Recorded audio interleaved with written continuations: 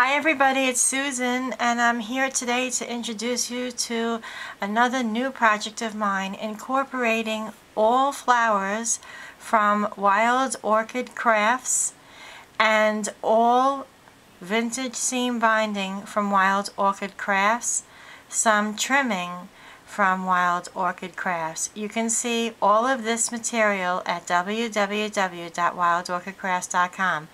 And let me introduce to you, but first to let you know, I have been inspired by several YouTubers who I've seen use the same raw product, which is a jewelry dress form. And I really wanted to try one for myself. I had bought one a while back, and I really never had much of a desire to do anything with it afterwards until I had an idea and thought that I would try it out. And the one that I had done previous to this is probably a year ago, where I had made my own dress form piece of chipboard. And if you go back in my videos, you can check it out. But in the meantime, here is your dresser jewelry dress form. And I just want to quickly start off from the top, working your way down, because this piece is probably about 12 inches in the height. Okay, and just starting from the bottom, I'm going to zoom in a little closer so that you can see. The legs were painted gold, and there is a wooden fleur-de-lis that I painted and glued on. Two sides of the legs, there was some added material, and the other two sides of the main leg stem here was painted. There are the Wild Orchid Crafts flowers and some pearls that I had recently purchased.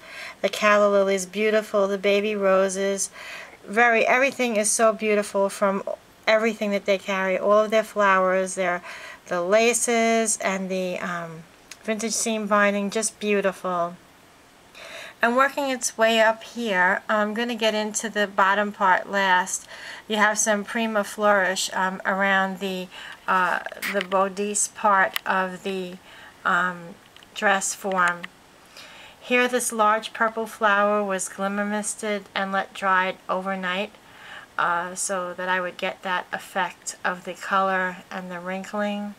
Very beautiful. This rose is gorgeous. I did brown and purple, and you have this eggshell color, brown again, burgundy, and then you have some peach roses just peeking in ever so slightly in certain spots, cascading down one side of the body of the dress form, ending off with different sized pearls and calla lilies.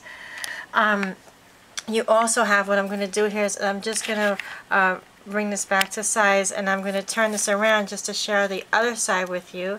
The pole that's turning would be to put jewelry on. And I also, back again, I had started with the brown, the purple, and the brown again, the cream, eggshell colored rose, burgundy, calla lilies, baby roses, and peach. And on the neck part, I had some of those little tiny rhinestone daisies. I put those on to reflect as if there was a necklace there. Okay, the other side was the word France, and I had used this paper that I had purchased in Michael's by Gartner Studios. It was just in those paper stacks that they sell there.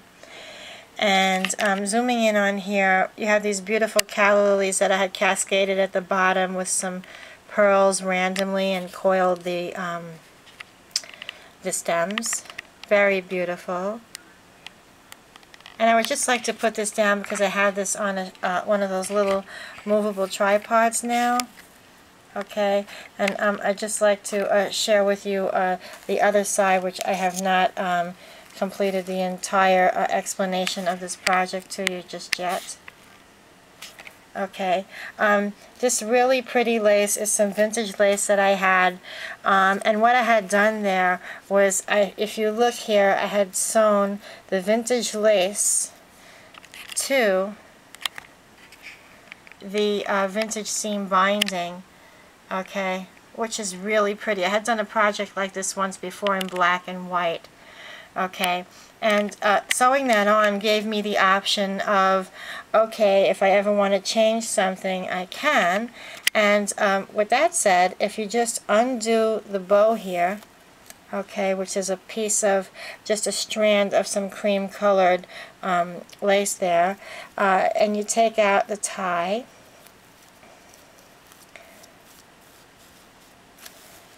I had sewn a piece of a magnetic jewelry closure here. If you take that off, this comes off, and woohoo, sexy mama, and that I just dropped to the floor.